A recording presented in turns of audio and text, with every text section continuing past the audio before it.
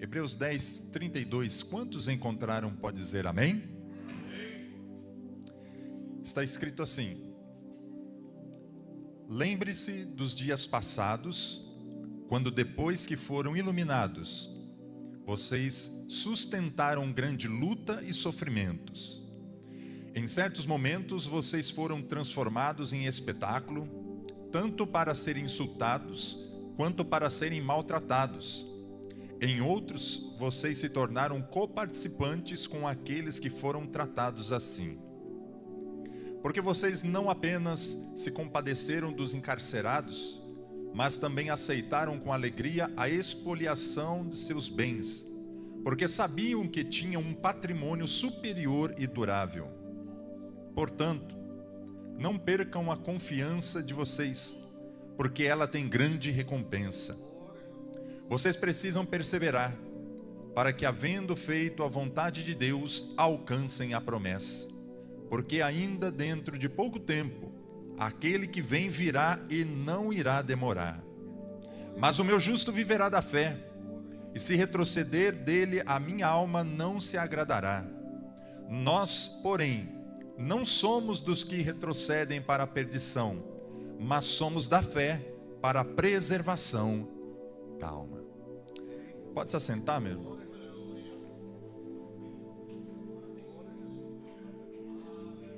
Que palavra linda essa. Carta aos Hebreus. É uma carta destinada à comunidade cristã. Se discute para onde ela foi endereçada, mas não há um consenso. O que nós sabemos é que a mensagem é para a comunidade cristã, para a igreja, e a gente pode ter essa aplicação hoje para as nossas vidas também. E eu quero aqui, de acordo com essa palavra, trazer à recordação 3 lembranças que vão edificar a nossa fé. Essa palavra ela vem falar sobre lembrar de dias passados, lembrar da promessa atual e lembrar das promessas futuras, da recompensa futura. O contexto, quando nós lemos o capítulo 10, o autor ele está explicando acerca do sacrifício de Cristo, da nova aliança em Jesus. Nos 6 versículos que antecedem o texto que acabamos de ler, ele faz exortações para que a comunidade cristã não abandone a fé, não se afaste da presença de Deus, não se afaste da igreja, da comunidade, não se desvie, como nós costumamos dizer nos dias atuais. Depois de fazer essas exortações, ele começa a trazer explicações e começa a argumentar, nos dando o motivo pelo qual, ou os motivos pelos quais, nós devemos confirmar a nossa fé e permanecer no lugar que nós estamos. E ele começa com essa palavra que nós lemos aqui no versículo 32, lembrem-se. E essa palavra no grego, meus irmãos, tem uma anotação que ela significa você repetir novamente, ou repetir diariamente, fazer disso um hábito. Literalmente essa palavra significa assim, ficai-vos a lembrar. Então assim, como você colocar como um lembrete, você escrever no seu quadro de sonhos, você colocar no despertador do seu celular, para que diariamente você venha se lembrar. E a recordação daquilo que eu já disse aqui, dos dias passados que eu vou explicar, da promessa e da recompensa, isso faria ou deve nos fazer ficarmos firmes na presença de Deus. É uma palavra de encorajamento que vem nos trazer à memória tudo aquilo que Deus já fez. E dizer também que não jogue fora aquilo que já foi feito na sua vida. Não desperdice, não repute como inútil toda a obra de Deus, toda a edificação, toda a construção que vem sido construída sobre a sua vida. Toda a tua trajetória tem um valor, toda a tua trajetória, ela sim, foi feita e guiada por Deus. E de forma alguma, por motivo algum, nós devemos apagar tudo isso, despojar tudo isso e achar que não vale a pena mais servir ao Senhor. Para isso nós devemos nos lembrarmos. E nessa noite essa palavra vem nos recordar dos dias passados. E o autor está dizendo sobre os dias passados, que dias são esses? Ele vai dizer o dia em que vocês foram iluminados, ou o tempo da conversão. Ele vai trazer a memória para aqueles irmãos.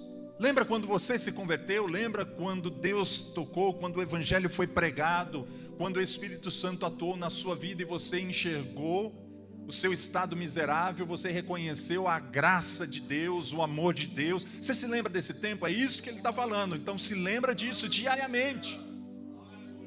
Essa é a primeira das memórias que nós temos que recordar diariamente. Lembra desse dia, lembra desse tempo. E a carta vai dizer que nesse tempo, que é o tempo dos dias passados, o dia da conversão, eles foram marcados por duas características que eu anotei aqui. Foram marcadas por entusiasmo e marcados também por grandes dificuldades. Para só não ficar eu falando aqui, todo mundo assim, ó. Você pode repetir assim, ó, comigo? Entusiasmo, grandes dificuldades. Parece que é para equilibrar, né? Não é? Parece que é para dar um equilíbrio. Não pode ser sempre só muito bom, extremamente bom. Tem que ter a dificuldade também para equilibrar. Pois bem, o dia da conversão, os dias passados, que se refere aqui, esse dia da conversão, são dias que normalmente a gente vai se recordar com saudosismo. A gente vai se recordar com alegria. Se nós olharmos em Atos capítulo 2, do versículo 41 a 47, nós vemos que a descrição daquela comunidade ali, ela demonstrava muita alegria. Diz que todos os que criam estavam juntos e tinham tudo em comum, comendo juntos com alegria e sinceridade de coração. Olha que ambiente bom, olha que ambiente gostoso. Você gostaria de fazer parte de uma comunidade assim? Tenho certeza que sim. E porque eles viviam nesse ambiente tão agraciado, tão cheio de Deus, tão cheio de simplicidade, tão cheio de amor ao próximo. Por quê? Porque foi o dia da conversão, foram os primeiros dias. Eu não sei como foi a sua experiência, mas eu lembro da minha experiência na conversão, que eu vivi e experimentei esse momento. E no meu entendimento, eu via que a igreja era um lugar assim perfeito, de pessoas perfeitas, que só tinha amor, só tinha graça, só tinha misericórdia. Mal sabia eu que a igreja era feita de pessoas imperfeitas, como eu também era e sou imperfeito. Mas a visão, o entendimento que eu tive naquele momento foi esse. E para mim, eu vivia como se estivesse vivendo o céu aqui na terra, um pedacinho do céu aqui na terra. Eu me lembro quando jovem, os primeiros acampamentos que eu fui participar, meu sentimento no último dia era querer ficar naquela escola, ficar naquele alojamento, não querer sair de lá. Por quê? Porque lá era tão bom, irmão. Pela manhã já tinha devocional, já tinha um culto, tinha refeição, tínhamos horário ali para interagirmos entre os irmãos, tinha muita alegria, muito respeito ali, você conhecia outras pessoas, outros testemunhos, a fé ia sendo edificada, tinha refeição na hora do almoço, a parte da tarde sempre tinha uma atividade, o culto já começava no final da tarde, se estendia horas e horas tarde da noite, parava, tomava um chá, uma bolacha, começava a vigília, e aquele poder, e as pessoas sendo batizadas pelo Espírito Santo, recebendo os dons do Espírito Santo, a fé sendo fortalecida. Quem queria vir embora de um ambiente desse? Que dor era despedir os irmãos, que dor era despedir os missionários, os pastores, ficar longe deles, porque o desejo era ficar ali. Sonhava na minha mente, falava assim, nossa, a gente não precisaria nem voltar mais embora, podia ficar morando aqui para sempre. Os tempos da conversão, os tempos passados, os primeiros dias, você tem que se lembrar disso. Nossa mente às vezes é tão bombardeada por pensamentos de boletos que vão vencer, de compromissos que nós não podemos falhar, de coisas que nós precisamos, responsabilidades, temos que cumprir, dar resposta para várias pessoas durante todo o dia. Praticamente não nos sobra tempo para lembrarmos daquele entusiasmo, daquela alegria dos dias passados. Eu tenho certeza que você, lembrando a sua experiência, até um sorriso brotou aí no seu rosto.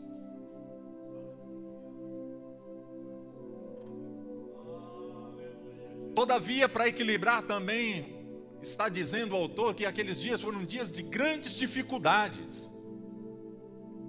Porque aqueles dias, segundo está escrito em a informação que nós temos, nos versículos 33 e 34, nos mostra, outra parte foi encarcerada.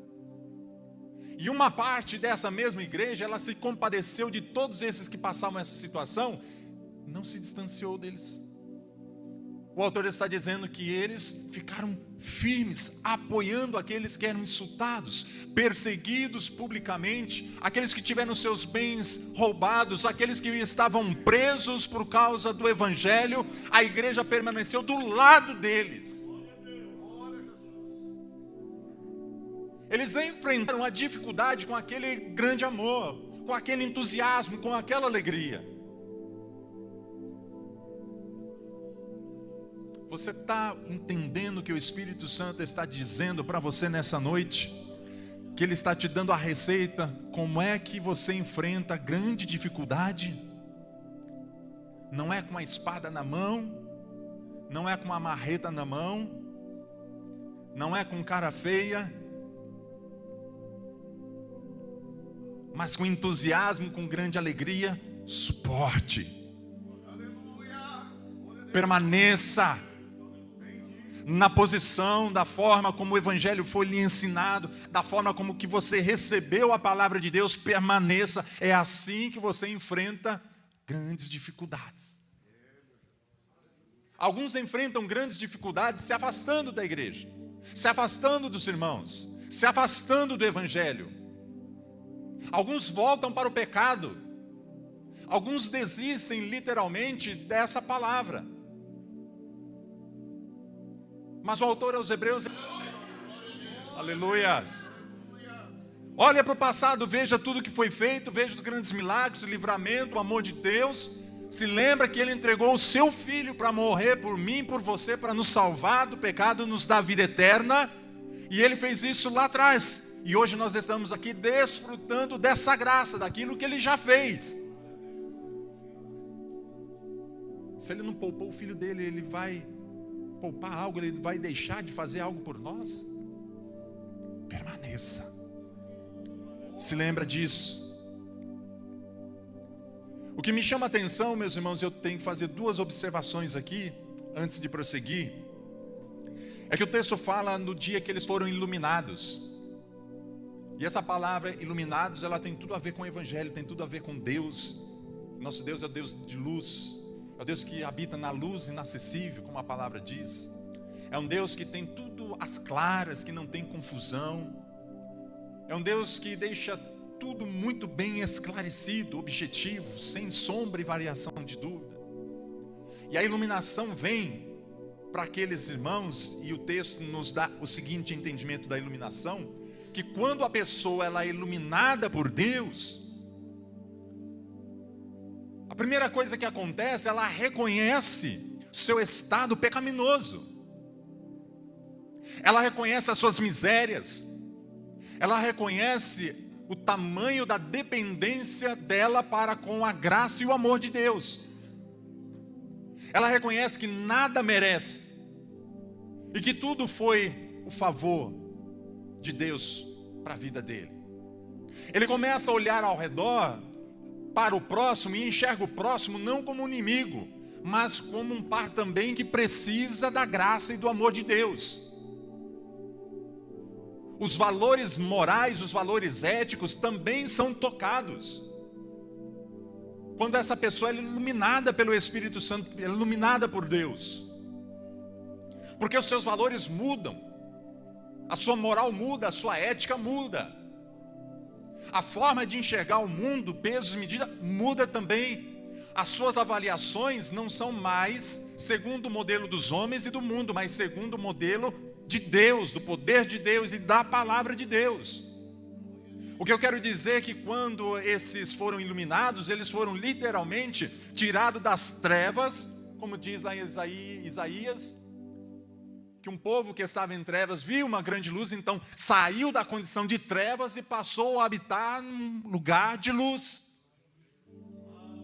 Isso exige uma transformação, entende-se uma transformação. Jesus ensinou muito claramente que essa transformação era tão radical que ele compara isso a nascer de novo. Por que eu estou falando isso, tocando nesse ponto? Porque a gente precisa fazer uma reflexão séria e profunda das nossas vidas e do evangelho que é ensinado em muitos lugares hoje, que incentivam as pessoas elas fazerem parte de um tal evangelho, de um pseudo-evangelho, que não há necessidade de uma transformação radical como o nascer de novo. Um pseudo-evangelho que não transforma as pessoas e permite que elas continuem habitando em trevas. E essa palavra está nos ensinando sobre um evangelho, sobre um poder de Deus que ilumina, tira das trevas, põe na luz, que Jesus ensina que é como nascer de novo, totalmente transformado, uma postura radicalmente nova. E aí o que nós vamos hoje dizer? O que a luz tem com as trevas? Que parte há? Que comunhão há?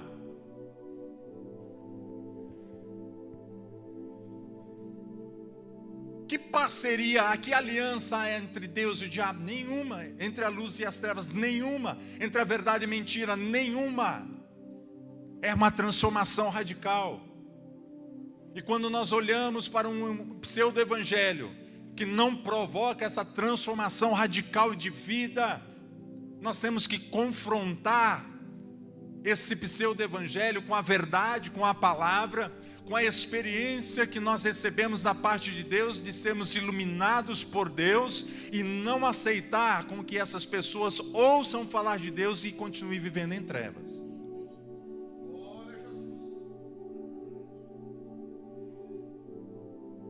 Irmão, isso é tão impactante, tão transformador. E se a gente for aprofundar, falar sobre luz, nós vamos caminhar por explicações. Como a Bíblia fala do Deus que habita numa luz inacessível, que ninguém, nenhum ser, nenhum homem pode ali acessar. Nós vamos lembrar que o corpo de Jesus foi o véu que foi rasgado, que foi partido para que nós tomássemos com ousadia a atitude de entrar nos santos dos santos. Oh, aleluias! E tudo isso que é ensinado, como a gente viveu na celebração da ceia, nos dá a clara evidência, a mostra espiritual de que nós conhecemos a Deus, porque em Cristo, Cristo que habita em nós, nos ilumina e nos faz como passagem para nós entrarmos no Santo dos Santos e viver à luz de Deus e não à margem das trevas do pecado. Aleluia. Você está entendendo? Diga amém.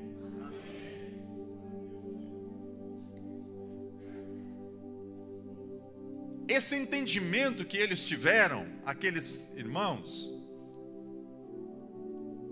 me chamou muita atenção algo nesse texto, quando ele diz que, isso é poucas vezes a gente vai ver e vai entender o que eu vou dizer, o que o escritor está dizendo. Que aquele entusiasmo, aquela alegria fizeram com que eles enfrentassem o problema de ter os seus bens roubados, sem se importar com isso, sem revidar, sem vingança, mas com um sorriso no rosto. Como é que entende isso? Como é que entende alguém tomar uma propriedade sua, um bem seu, que você suou tanto para honestamente conquistar, e por causa do evangelho alguém vai e toma, e você com um sorriso diz assim, pode levar. O que faz uma pessoa ter uma atitude dessa? O que faz uma comunidade ter uma atitude dessa? O natural seria o seguinte, tomaram de você, Diego? Não, peraí, eu sou seu amigo, vamos lá junto, lá, nós dois vamos resolver isso aí. Encontra mais um no caminho, o pastor Diego, só tomaram as coisas do Diego, vamos lá resolver. E daqui a pouco já tem 30 pessoas e vamos todo mundo formar um exército para fazer justiça pelas próprias mãos. Mas não foi essa a atitude.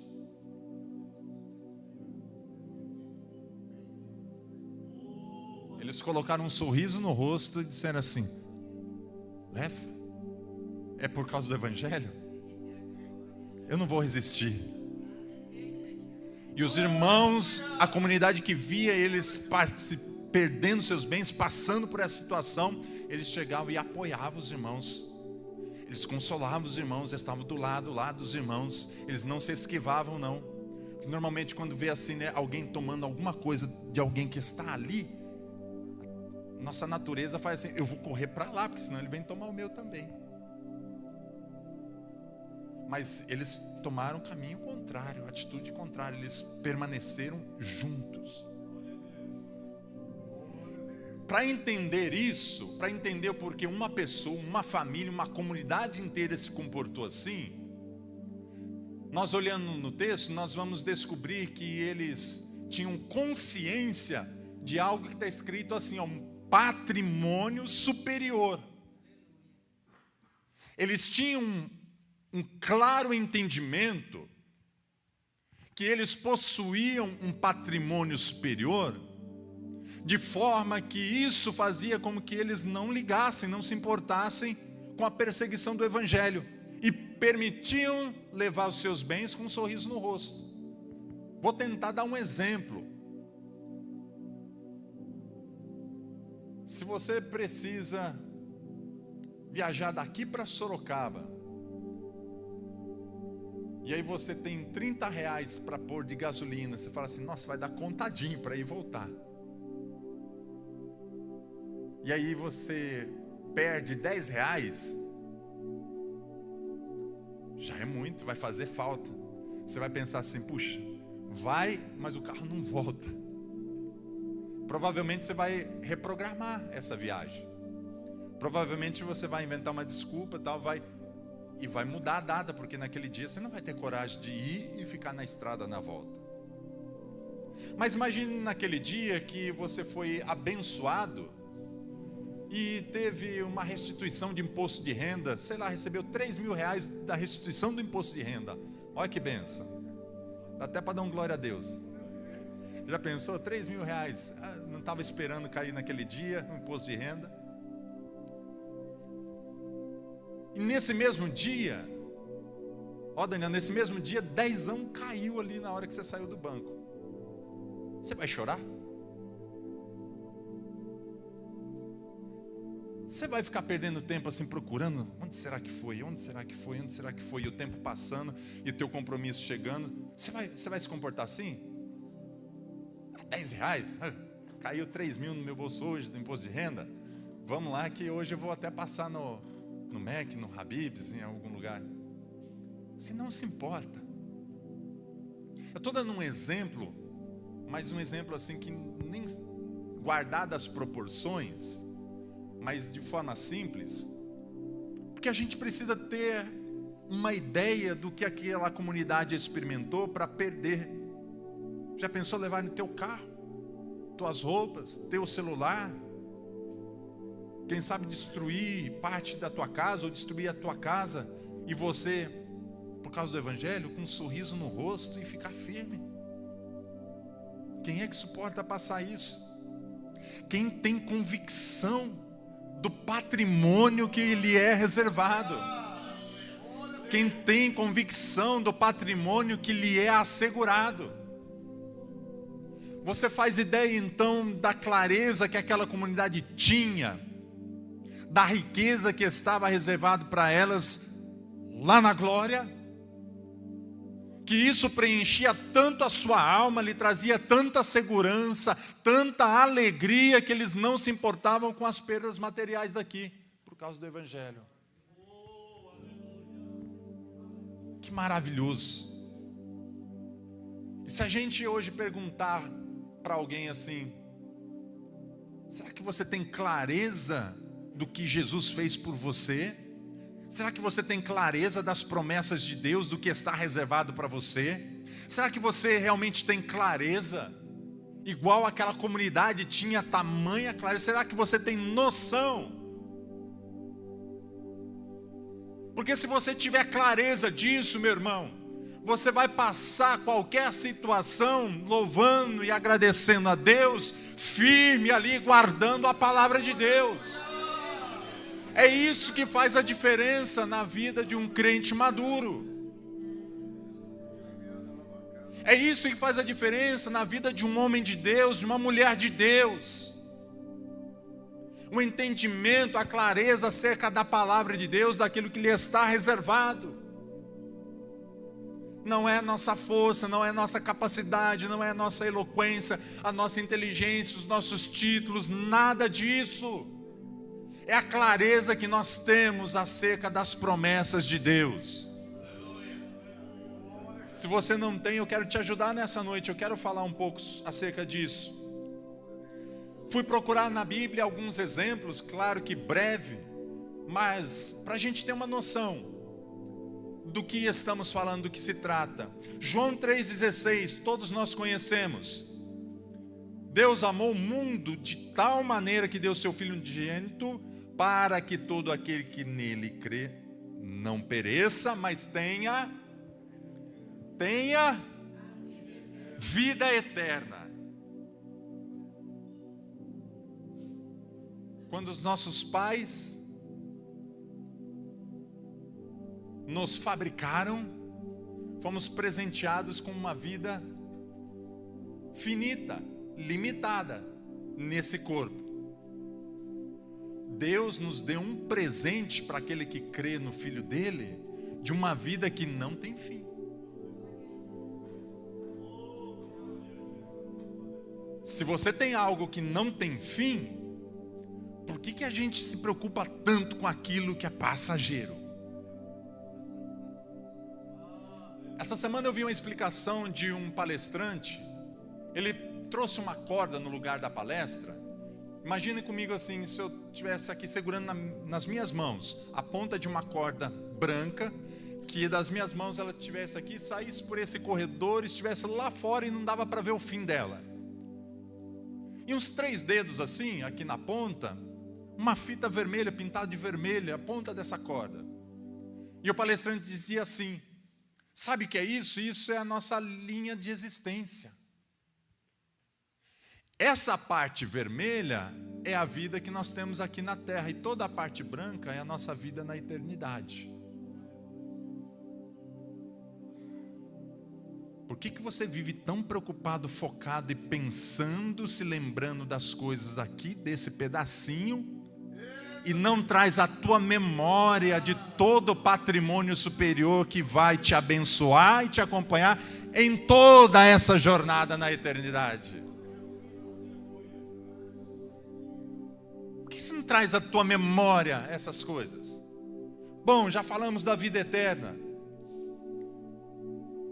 Tiago 1,12: bem-aventurado o homem que suporta com perseverança a aprovação, porque depois de ter sido aprovado, receberá a coroa da vida. Diga, coroa da vida, a qual o Senhor prometeu aos que o amam.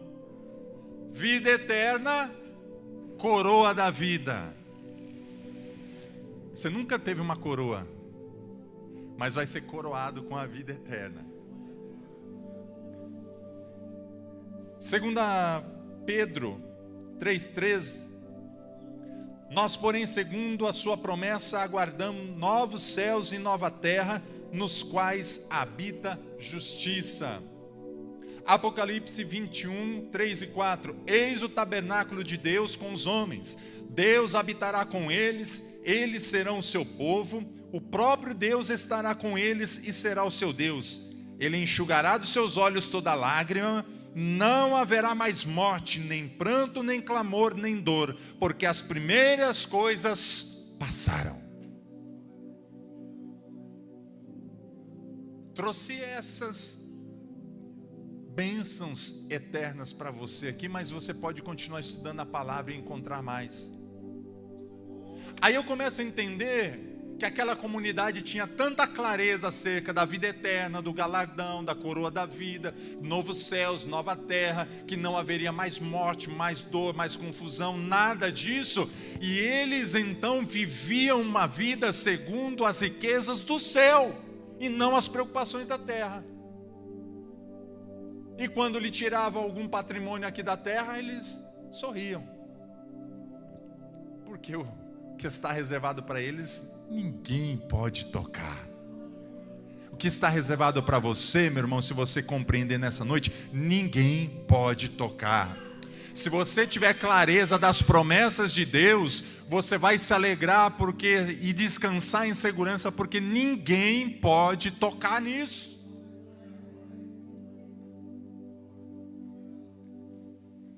Você vai se lembrar disso amanhã? Amém?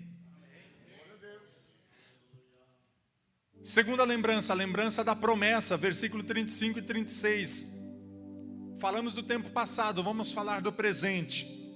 A promessa é que tenham vida eterna, foi isso que eu falei. Lembrar da promessa é encorajamento para não perder a confiança, para nós não rejeitarmos, para não abandonarmos. E o perigo quando nós não nos lembramos dessas coisas é que vem o abandono. Estamos falando do tempo presente. Hoje, nesse momento, se você não se lembra, você corre um sério risco de abandonar. Agora, o abandono, perceba, ele pode ter pelo menos duas maneiras de acontecer na vida de alguém. Tem aquele abandono que é imediato, e tem aquele abandono que é o abandono lento, e esse é mais perigoso, porque o abandono imediato, ele causa impacto, todos ficam sabendo.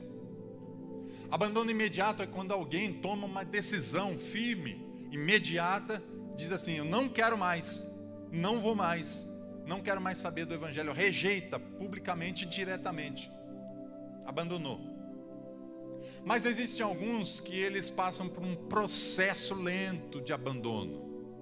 E aí eu vi um pregador, e eu vou fazer o uso da linguagem que ele fez, da figura de linguagem que ele utilizou. Imagina, nós estamos no mês de outono, é isso? Inverno já? Pois bem, quando está no outono, nós observamos as folhas das árvores, elas começam a cair. Se você observar uma árvore no trajeto da sua escola, do seu trabalho, provavelmente você vai encontrar que no outono você passa, começou a cair uma folha, no outro dia você vê ali 2, 3 folhas, e lentamente ela vai caindo. E num processo do outono para o inverno, quando chega o inverno e o inverno atinge o seu auge, você olha para aquela árvore, ela não tem mais folhas. E aí você se dá conta que foi um processo, não da noite para o dia, mas um longo processo de dias, semanas e meses, ela perdendo as folhas, fizeram com que aquela árvore se tornasse uma árvore até seca. Agora deixa eu fazer uma aplicação. Tem gente que se afasta da comunidade, da fé, da igreja, rejeita Cristo, assim como eu disse. Mas tem algumas pessoas que elas não se afastam da igreja, mas aos poucos ela vai perdendo a folha da oração.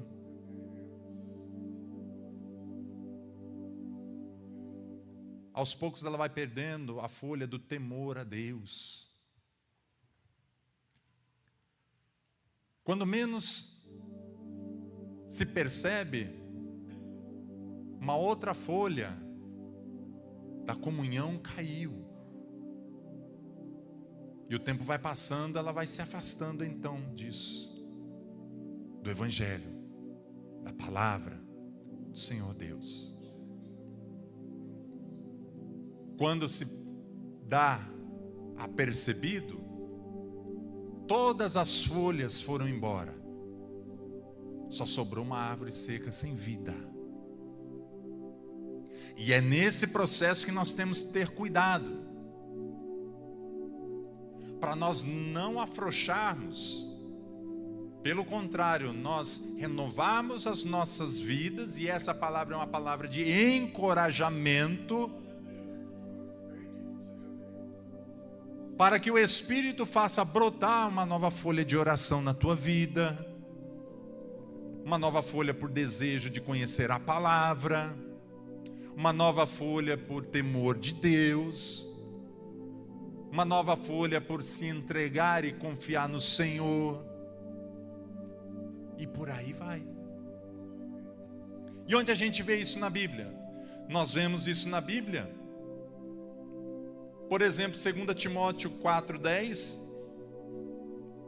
pois Demas, amando mais este mundo, abandonou-me e foi para Tessalônica. Crescente foi para a Galácia e Tito para Damasco. Então perceba aí que Demas, ele, amando o mundo, ele abandonou o apóstolo, abandonou o evangelho, abandonou a obra. Agora preste atenção que em Apocalipse 2, texto que todos nós conhecemos, versículo 4 e 5. O que Jesus está falando a essa igreja? Contra você, porém, tenho isto: você abandonou o seu primeiro amor. Lembre-se de onde caiu, arrependa-se e pratique as obras que praticava no princípio. Se não se arrepender, virei a você e tirarei o seu candelabro do lugar dele. Você vê que até na exortação Jesus está falando assim, lembra, como o autor aos Hebreus está dizendo assim também, lembra do primeiro amor. Lembra do primeiro amor. Hoje, lembra do primeiro amor e hoje começa a praticar aquelas obras de amor. Não é só ficar lembrando e de braços cruzados, nada vai mudar, nada vai acontecer, não. Traz à tua memória aquilo que Deus já fez e começa a ser aquele mesmo crente fervoroso que ama a Deus, cheio de graça, de misericórdia, cheio de temor de Deus, amante da palavra do Senhor. Seja esse. E aí o texto vai dizer que para hoje a gente precisa ter perseverança e paciência para fazer a vontade de Deus, ou seja, nós não nos desviarmos, não nos apostatar da fé, mas permanecer firmes.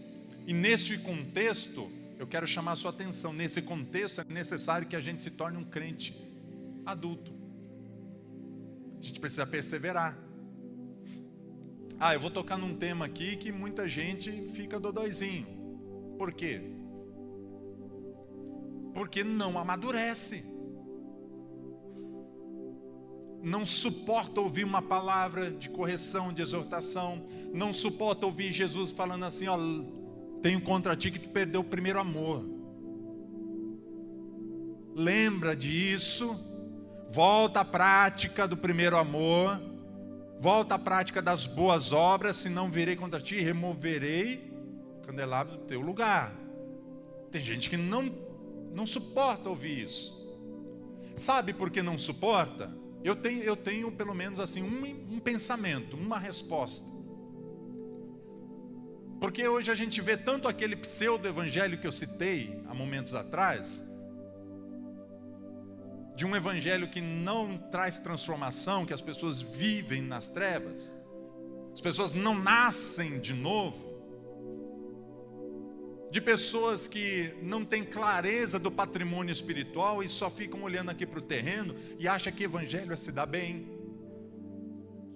acha que evangelho é só prosperar financeiramente, acha que evangelho é ter o seu nome soprado nos quatro cantos do mundo. Acha que o evangelho se resume a isso, a fazer campanha, a fazer voto, a dar oferta, a dar dízimo. Acha que o evangelho se resume somente a isso. Há uma religião que não tem nada do evangelho. Há uma religião onde a pessoa, ela dita as regras do Deus que precisa servir ela.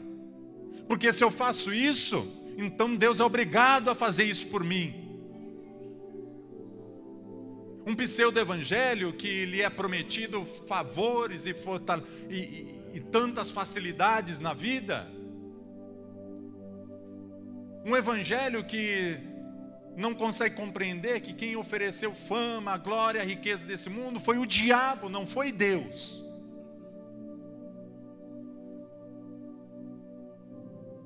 Uma religião vã que não tem nada do Senhor Jesus, nessa troca de fazer sacrifício, de fazer voto, de dar e de receber, que isso nada mais é do que pegar Deus e dizer assim: ó Deus, eu te dou e você me dá. E se não acontecer na minha vida, eu também não dou mais. Que negócio é esse? Que religião é essa? Essas pessoas não nasceram de novo, não foram transformadas. E essas pessoas não estão prontas e preparadas para ouvir de Jesus o seguinte: ainda dá tempo, mas lembra de onde você caiu, lembra das primeiras obras, traz à tua memória tudo aquilo que eu já fiz por você, volta a praticar a palavra, volta a praticar a justiça, volta a praticar aquilo que é certo, correto, e fica no seu lugar. As pessoas não estão prontas para isso, porque elas preferem tudo isso que eu acabei de dizer. As facilidades foram oferecidas pelo diabo, meu irmão. Quando é que a gente vai amadurecer e entender o seguinte? Tem algumas pessoas dizendo acerca de Jesus, que Jesus era rico, que Jesus tinha isso, que tinha negócio. Aonde isso, irmão? Olha como Jesus morreu, olha quem foi que comprou o sepulcro para colocar Jesus. Pega a história dos seus apóstolos, dos seus discípulos, os 12. Eles morreram milionários, eles morreram famosos, eles tiveram uma vida de glamour. A igreja primitiva teve essa vida de glamour. Os pais da igreja, eles tiveram essas facilidades.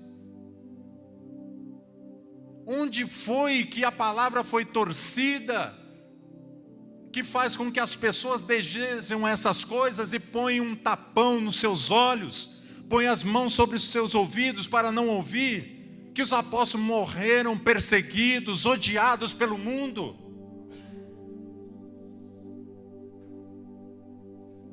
Esses homens deram a sua vida e é por causa deles que nós estamos aqui com clareza falando dessa palavra.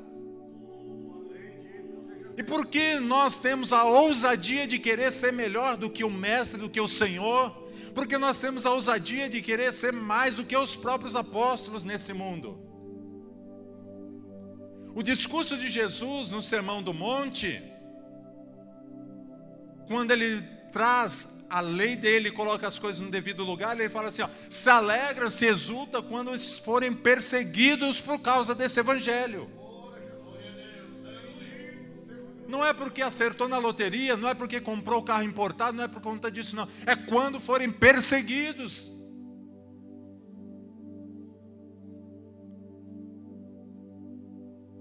Essa é uma palavra de encorajamento. Quem está pegado nas coisas materiais, quando chegar o tempo de perder, a fé vai embora também. Só serve a Deus por falsas promessas de facilidades, de ganho, de que tudo vai dar certo.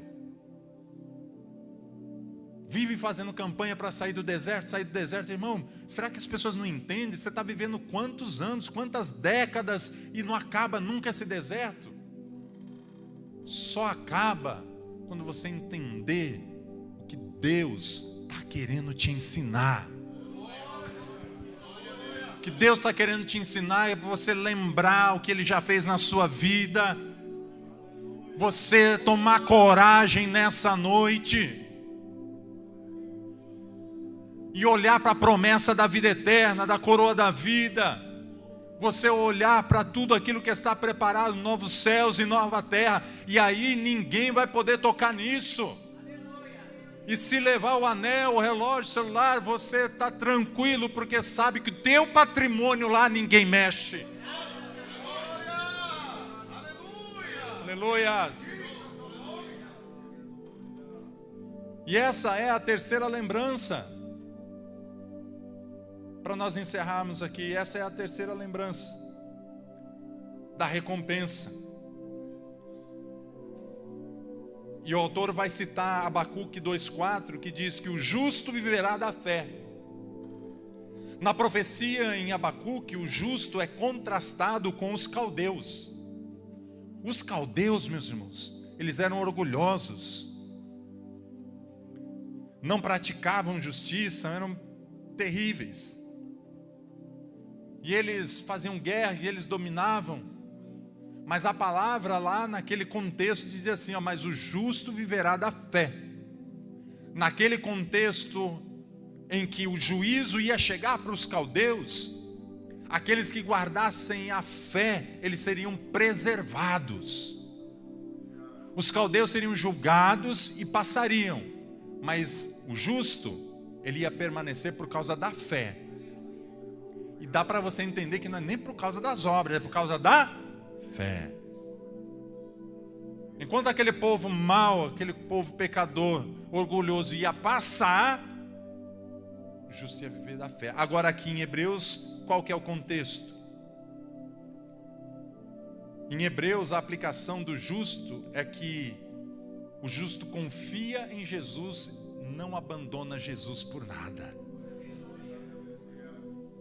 É pela fé que a gente abraça com Jesus e não abandona Ele por nada. E por isso, nesse contexto, hoje eu posso dizer, o justo ele vive da fé? Sim. Como? Da fé em Jesus. Porque ele, quando abraça Jesus com fé, pode acontecer o que tiver que acontecer. Vai ter guerra, vai ter peste, vai ter morte, vai ter enfermidade, pandemia, vai ter tudo isso. Mas ele abraçado com Jesus, ele vai permanecer, ele vai viver. Ele vai ter uma vida eterna com o Senhor. Ele vai ser restaurado naquele grande dia. Ele vai ser salvo da ira de Deus. Ele vai viver. E assim eu encerro, meus irmãos, dizendo que o justo, ele mantém uma confiança inabalável para com Deus. Então essa palavra de encorajamento é: se lembra dos dias passados. Se lembra hoje da promessa de Deus para a tua vida, da aliança, daquilo que Deus prometeu, e viva uma vida segundo a promessa. Sua vida tem que ser pautada pela promessa, não pautada pelo mundo por valor nenhum, pautada pela promessa de Deus. E traga à tua memória também todos os dias a herança, a recompensa, aquilo que está guardado lá no céu. Amém, meus irmãos?